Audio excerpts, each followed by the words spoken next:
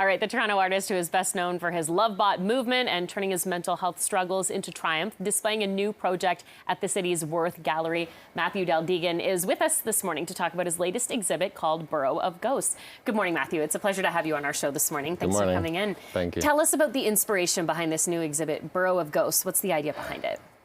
Well, I've always been kind of left brain, right brain, trying to merge the two together. And I've lived in fantasy since I was a kid, so I've always had this dream of writing a fantasy novel.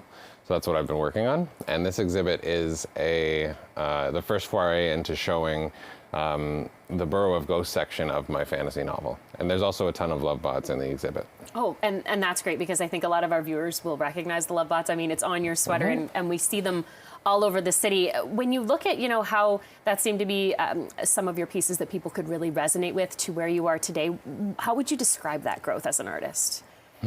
Well, it's really, somebody asked me recently what it takes to create the kind of works that I'm making, and there's incredible paintings, and they're what I consider masterpieces, and then there's these concrete robots, and really it's like a kind of a lifespan, and it just evolves with you, right? Yeah. So, Lovebot was really a coming-of-age tale in my life, becoming, proving yourself as a young man and having an altruistic vision to share love and kindness with the city. And then this is kind of an even deeper rooted dream where I want to share my love of storytelling and fantasy with everybody. So. You've also been very open about your mental health struggles. You've talked about how you were a patient at KMH and you've worked hard to give back to that facility. Has there been some healing in sharing what you went through personally with other people and through your work? Yes, absolutely. My work is also a form of healing, right? When I'm painting or creating, sculpting, drawing, that's a form of therapy in itself. And then also, I find that the person that I have to become to create the work and to craft the characters that are in my novel, they're also doing a lot of internal self-work to find their inner peace and their own sense of self-salvation. And then in doing that for myself, and I can provide that for others.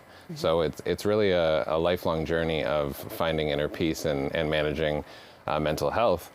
And then if I do that successfully, I can offer that as a gift to others. Yeah, and such an important gift at a time when I feel like there are way more conversations surrounding mental health and people feeling supported in these conversations, saying, hey, I'm going through something too. Is that something you hear? Oh, all the time. And having a lived experience that's so intense. In 2016, I had psychosis and I was in KMH. Now it's long in the past, and I'm a happy father with our husband with 2 kids. So I really have triumphed. And the lived experience aspect, though, is what is so crucial. When I was in the throes of it, I had somebody say to me, I was driving on the side of the highway thinking I had diplomatic immunity and I was losing it on the way to my, and told me their story.